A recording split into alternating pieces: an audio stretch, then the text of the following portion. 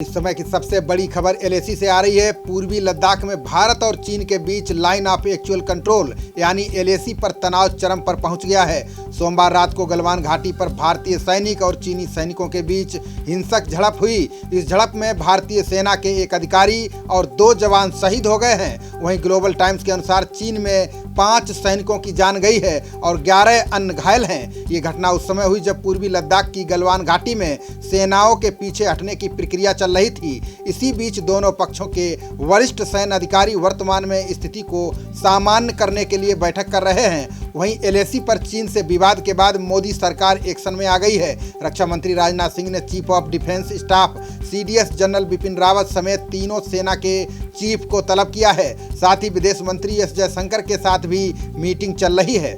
घटना को लेकर भारतीय सेना की ओर से प्रेस कॉन्फ्रेंस की जाएगी। वहीं चीन के विदेश मंत्रालय की तरफ से एक आधिकारिक बयान आया है जिसमें कहा गया है कि भारत एक तरफा कार्रवाई ना करे। चीन के सरकारी समाचार पत्र ग्लोबल टाइम्स की ओर से कहा गया है कि उनके 5 सैनिकों की मौत के साथ ही 11 अन्य घायल हुए हैं। मामले की गंभीरता को इस बात से समझा जा सकता है कि भारत और चीन के बीच सीमा पर आखिरी गोली 70 के दशक में चली थी। गलवान घाटी में करीब 50 साल बाद ये सिलसिला टूट गया है। 70 के दशक के बाद पहली बार एलएसी पर भारतीय जवानों की शहादत हुई है। 1962 में भारत और चीन का युद्ध हुआ था।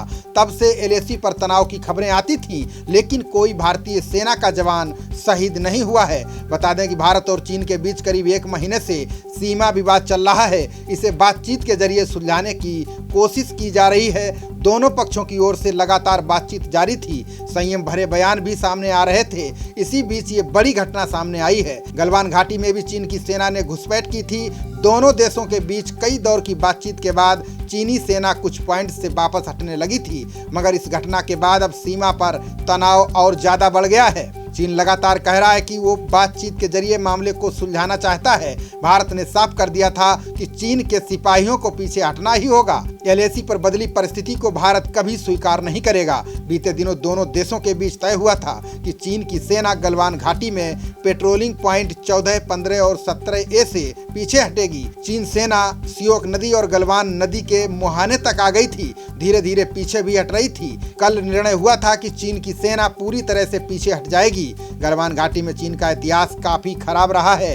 ये वही जगह है जहां 1962 के युद्ध में भी चीन ने भारत को धोखा दिया था। 58 साल पहले इसी घाटी में भारत और चीन के बीच युद्ध हुआ था। गलवान घाटी लद्दाख का क्षेत्र है। यहीं पर गलवान नदी भी बहती है। विवादित क्षेत्रों में टेंट लगाना पिछले कई वर्षों से चीन की सेना पीपुल्स लिबरेशन आर्मी PLA की रणनीति का हिस्सा रहा है।